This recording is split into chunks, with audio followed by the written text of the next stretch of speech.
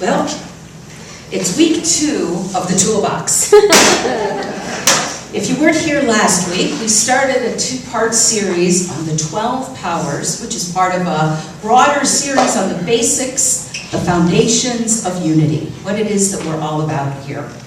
I'll give you all a moment to catch up with yourselves after that beautiful song. I see tears, and it was so different than even the first service. Oh, wow. Such an example of the 12 powers, actually, you'll see as we go through it. The 12 powers, you all have a spiritual toolbox. That's one of the ways that I like to look at this spiritual life. And when you open it up, first of all, you have to know that you have one. Second of all, you have to open it up from occasionally here to see what's going on in here. And then you actually have to root around in here and find your tools and then use them. And you've got at least 12. We're going to focus on 12 spiritual tools that you have. Attributes, faculties, powers. Comes from Charles Fillmore's book, The 12 Powers. And he, as he read through the Bible and studied spirituality, he came to believe that the disciples represented 12 different aspects that are within us. That Jesus came and he brought forth in perfection what we can be. That we can live and use and demonstrate the same powers that Jesus did. And so when I root around in my toolbox, I sometimes find that, I like to use a hammer. What's that saying? The only tool you have is a hammer. Everything is a nail. Yes. And when I've got the wrench, everything's a bolt or whatever wrenches do. So, this is what I end up with. I usually use one tool or maybe 2, and I have at least 12. And there's a yellow insert in your bulletin that you can pull out to remind you of what they are. And last week I shared with you one of my silly little things that I use. I like to use songs or movements to help me remember things. Because when I'm stressed out, something's upset me, whoop, my spiritual brain goes offline. My emotional brain, my reptilian brain comes online, and I don't have access to these powers that I have. So if I have a little sing-song thing that I can remember, and this is a mnemonic that someone else came up with, is powerful, with 2 W's, is powerful, helps us remember what each of these letters stands for. So let's read the list together. Imagination, strength, power, order, wisdom, will, enthusiasm, release, faith, understanding, life, and love. Did all of those resonate with you on some level? I mean, you think, yeah, of course, I'm a loving person. I know how to understand. You see, these are things that we already have. It's simply a way that Charles Fillmore had a systematic theology. It was one of the few places that he had a list of things. The Buddhists have the Noble Eightfold Path and the 4 Noble Truths and all sorts of things that they number. Well, we have these 12 powers that we like to work with. And last week I challenged you and I said, take an affirmation, take one of these powers or maybe 2 of these powers and try to apply it to something that's getting to you at life, something that you want to be better at. How many of you were able to use your powers during the week? Anybody maybe consciously? Okay, a few of us consciously did that. And even if you didn't use the 12 powers consciously during the week, you did. And even if you weren't here last week, you were using powers all throughout the week, like it or not. There they were, firing. Sometimes well, sometimes not well. Sometimes you came up with order, sometimes you came up with disorder. But the power was firing in one way or the other. So take a moment and think about one example during the week where you used one of the powers, or you now are aware of, hey, I was using that power during the week. So who's got a power that comes to mind that fired for you this week? Gail. I'm working. Nice and loud. I'll try. So I'm working on self-forgiveness. So what came through for me was in reading Lessons in Truth, God loves me, and just to focus on that. And then also God inspires me. God inspires you. Wonderful. So working on those things, self-forgiveness, God loves me, God inspires me. Those are two beautiful affirmations. You could write those down right now to remind you. Put that on the window, put that on the mirror. God loves me, obviously, the power of love. God inspires me. Which power might that be? Imagination. The inspiration, the movement of spirit. And the fact that you did something like that shows the power of will, that you made a decision and you actually moved forward on it. Who else used a power this week? Dallas. Understanding. How did you use understanding? I just had to shut up and listen for a little while. It's great. He had to shut up and listen for a while. Perhaps the greatest power of all. The shut up and listen power. There we go. That's power 13. Wonderful. That shows understanding of the situation and a wisdom to be able to do that. You know, it takes wisdom to shut this thing up at times, doesn't it? Yes, go ahead. I used imagination for what's going on with the immigration issue, just trying to think of these people having a solution and being able to get resources to help them Wonderful. not be in that situation. So just imagining their life to be better. Okay, thank you. The power of imagination for the immigration situation. Yes, and we can bring love and wisdom and understanding. What tragic situation doesn't call for the 12 powers? And so that moves us out of a victim mentality into a creator mentality. It doesn't mean that there isn't suffering and that there aren't challenging situations. What it does is it shifts what is our response to it. What can I find by rooting around in this toolbox here that might be able to help me? That's what you can do with these 12 powers. And that's what I've done with them in my life. And I've read the book, which now is in store in the bookstore. Those of you that last week that wanted a copy, there are more copies of the 12 powers. And it is a deep read, let me tell you. It is, as our former friend Bob McCartney used to say, Reverend Bob McCartney said, unity ain't for sissies. It requires a little work, a lot of work at times, and to go deep and to read this. So, you know, this isn't just another Oprah Magazine feel-good article. This is a deep, metaphysical, theological take on the faculties that you have within you and how you can use them. And he warns us in the book not to use them just for worldly gain. And so we are, all of us in this room, I'm sure, consciously ready to take that step to read and to go deep into these teachings. And I found that in my life, as much as I came along on this spiritual path, probably you found it too, that all problems don't disappear. Yes. No, all problems have not disappeared because, you know, you would have ascended if that happened and you wouldn't be sitting here anymore. So, still having issues. And what I realized is it's often the same issue or the same person over and over and over again. Do you have that person in your life? That perhaps you've done all the forgiving that you can, you've written in your journal, you've done everything, and they walk in the room and you bristle. There's just something about that. And I have situations that are like that. Maybe you do. You know, I'm a big avid recycler, and every time I walk by a trash can and there's a plastic bottle in the garbage instead of the recycling, I bristle a little. Oh, God, just gets my goat. And then those of you that don't want to recycle, every time you see me walk in, you're like, oh, God, here she comes with that recycling thing. So what you're doing, what that does is it gets my goat. I thought about that phrase, it gets my goat. Oh, it's like the goat is my power, and I let someone take it. If I let you get my goat, I let you disturb the calm peace of my soul. And so I realized that we all have this goat inside of us. And the 12 powers help me from letting someone get it. It's my goat. And I'm going to use my powers to get my goat, to be saying about my goat. And I realized that getting your goat, GG, is Gigi. So I've decided that when someone thinks they're going to get my goat, I'm going to call him Gigi. That Gigi, she really gets me. Gigi, she's not getting my goat. And so this for today is what our 12 powers are going to do. It's going to help us keep the goat.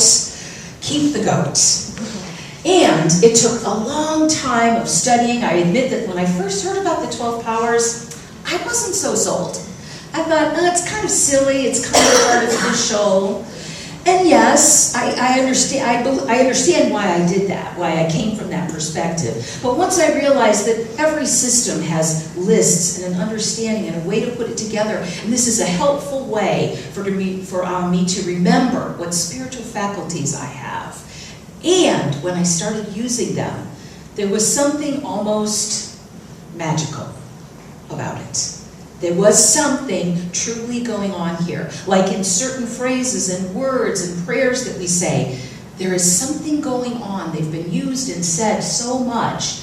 There really is something to this. And it helped that I had a really great teacher. I had a really great licensed Unity teacher back at Unity of Fox Valley, and she helped me, and gosh, if only she were here today, she could help us with this, and she could share with you what she taught me. Wait! Oh, like a fairy godmother, she's here! Nancy Lady Jacklo, come on out! Oh, welcome, Nancy. So welcome, Nancy Lady Jacklo is a licensed Unity teacher and a longtime friend of mine, and she's part of our church when she's not down in Florida being a snowbird. So she's here with us today to tell us more about the 12 powers, to continue what we started last week, and we have been having so much fun this week. The powers are firing right and left, and they've been helping us with our goats this week. Take it away, Nancy.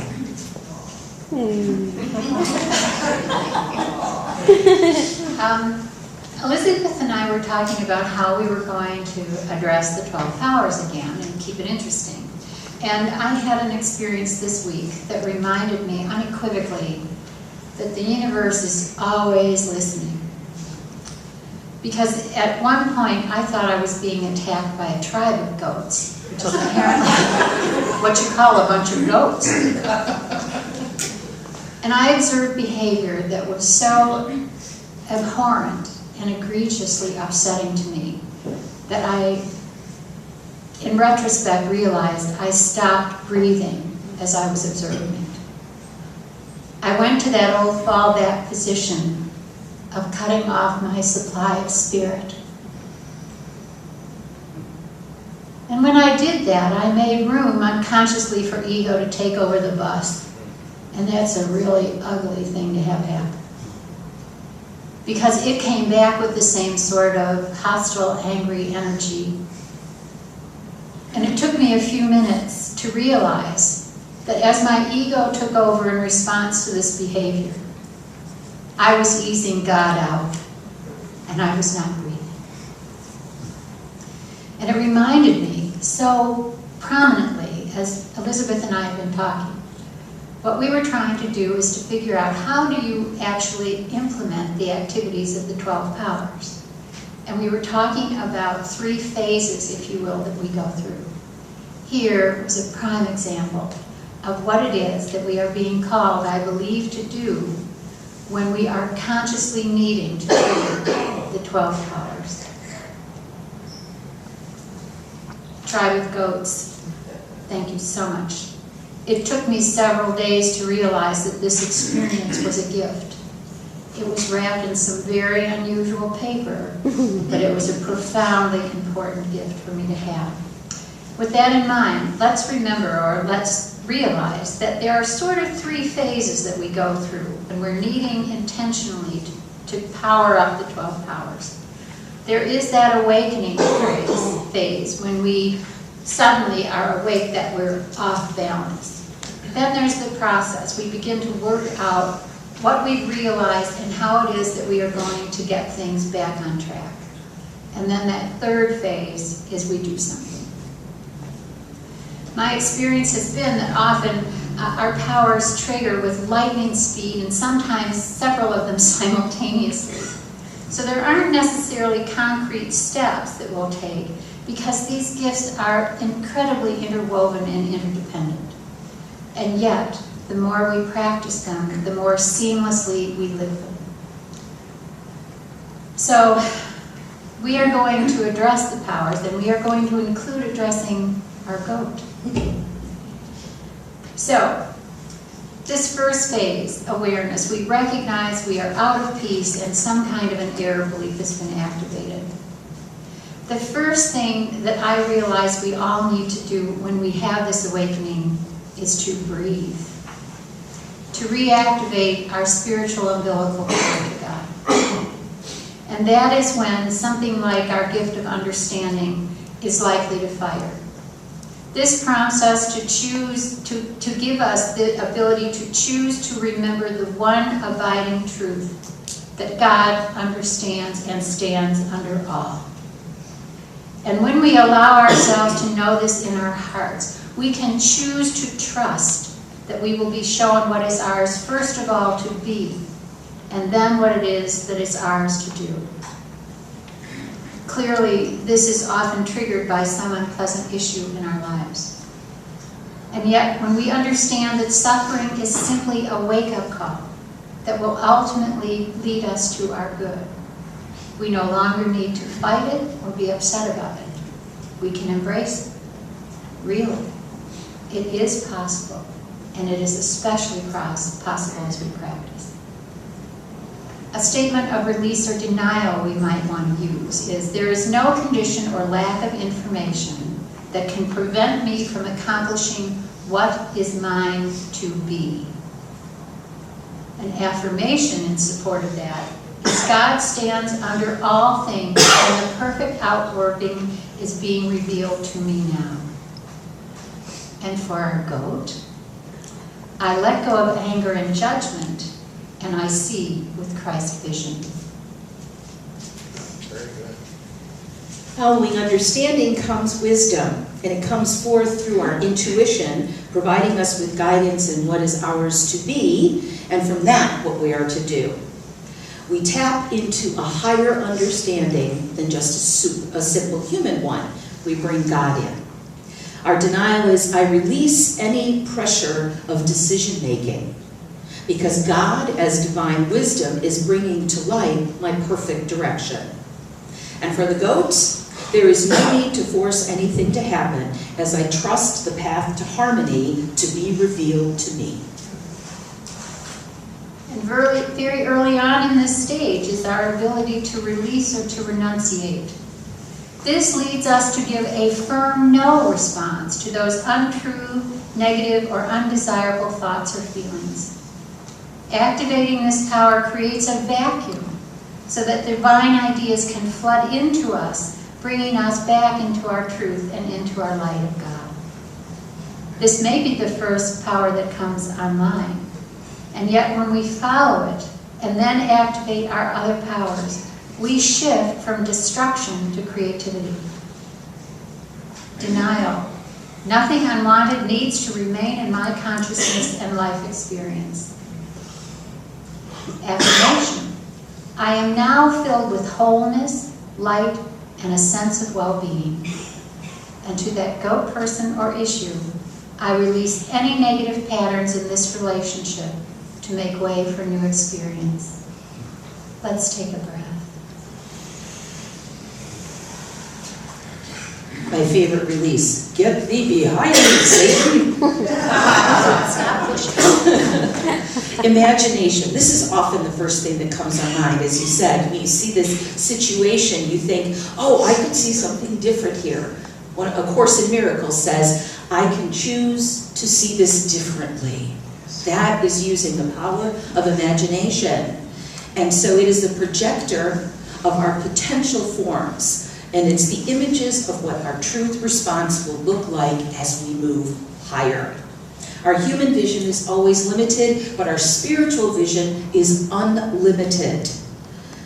So our denial is, there are no limitations or boundaries in my life, and I affirm that I see wonderful new people, situations, and supply coming to me now in my spiritual development. And dear Gigi, I say to you, the blocks to my higher vision now disappear as I see exciting possibilities come into view. Another good breath. So now we've kind of shifted, if you will, from that awakening process, part of the process. Our eyes have been opened.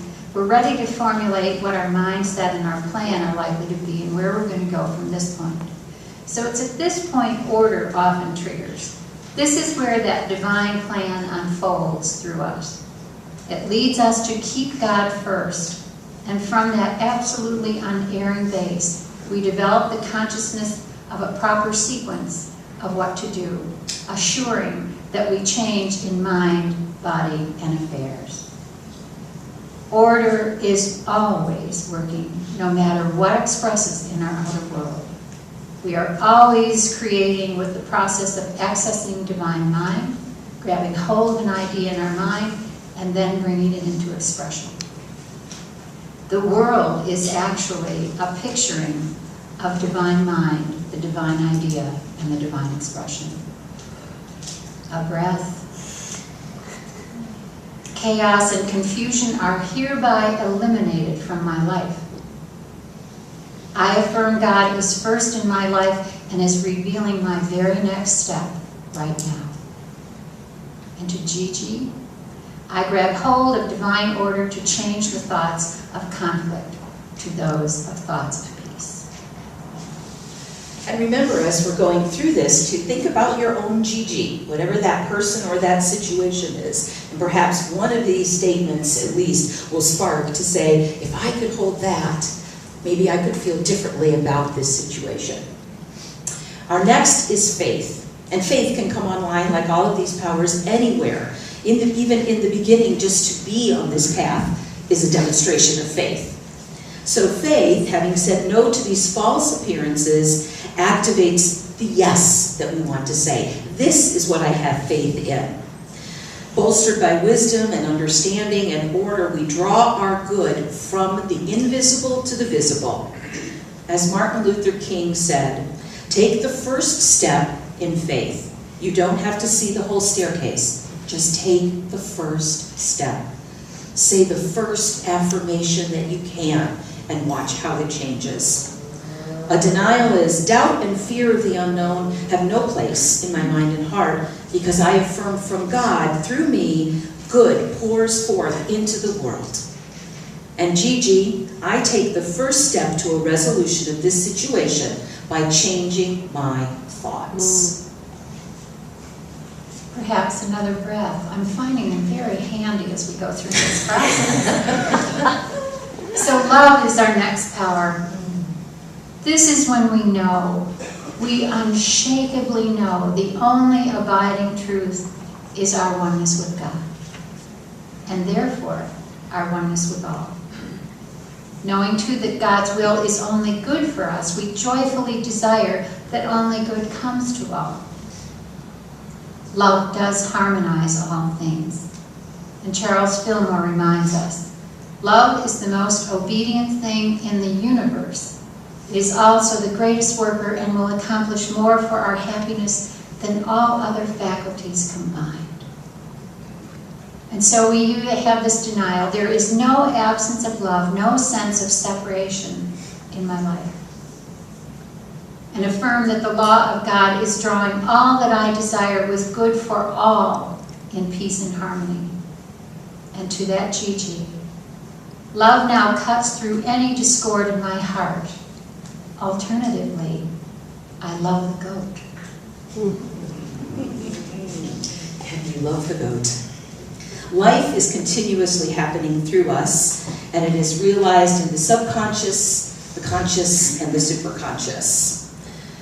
Our denial for the power of life is there is no such thing as an absence of life, and I affirm divine life now fills me, healing, restoring, making me whole and well now. Very similar to Roberta Fillmore's denial and affirmation about not inheriting sickness. And to Gigi, the flow of life washes away this challenge and restores good harmony. So, we bring forth our power of will. In applying this power, we more consciously choose to be willing toward God. We naturally seek and are able to see and able to do what is good for us and what is good for all involved. A denial. I release old ways, making room for new awareness. I affirm I am open, receptive, and willing to accept God's will. And to Gigi, I am willing to choose peace. And then our final phase, we are ready for action, and we begin with power. The stages of power are silence, thought, and word. We choose our thoughts from out of the silence, and then we speak them, we move them. If you are stuck in any area, if this Gigi is much bigger than this little guy here, if Gigi's big, putting the right words to it on a regular basis will shift it. Deny. No person or condition has power over my life. Affirmation. Divine power is moving through me now, uplifting me and changing my life. And to the goat, I claim my power to resolve this for good. And then there's enthusiasm and zeal. This is, yay, that spiritual motivation that moves us forward to keep going. Knowing and feeling ourselves to be in God, we are joyful, and we are in harmony with the universe. Charles Fillmore, one of my favorite sayings, and I know this is one of yours, I fairly sizzle with zeal and enthusiasm and move forth with a mighty faith to do those things that ought to be done by me today. He was 94 years old when he proclaimed that. So a denial would be discouragement and apathy are no longer part of my consciousness. The zeal of God pours through me now as joy, enthusiasm, and exuberance. And to that goat, zeal moves out old energy and emboldens me for right action. And if you're ever feeling a little low on zeal and enthusiasm, we have a little song that we sing in our house. You can sing along, Arturo. Uh-oh. He just said, uh-oh. I didn't warn him. So I like to put these silly songs to help me remember things. So if I need a little extra enthusiasm, I sing, enthusiasm, enthusiasm, I'm up to here with enthusiasm.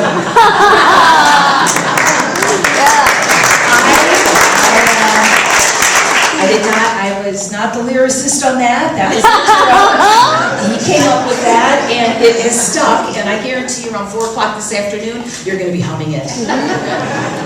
And then finally, we end with strength, because we need to keep going and keep our strength up. This is not a one and done. It's our ability to be still and to stay the course and stick with divine ideas. It's patience, tolerance, steadfast, balance.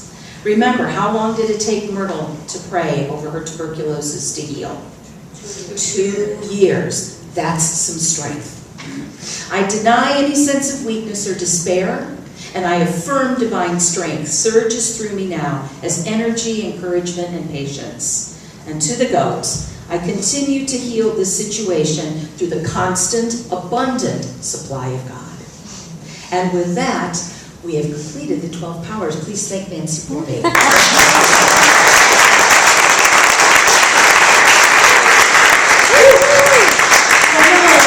That was a lot. That's a lot. That was like a mini course there. It's a lot to take in, and hopefully there is one thing or two things that struck you, that you walk out with even just one affirmation or one power that you're really resonating with.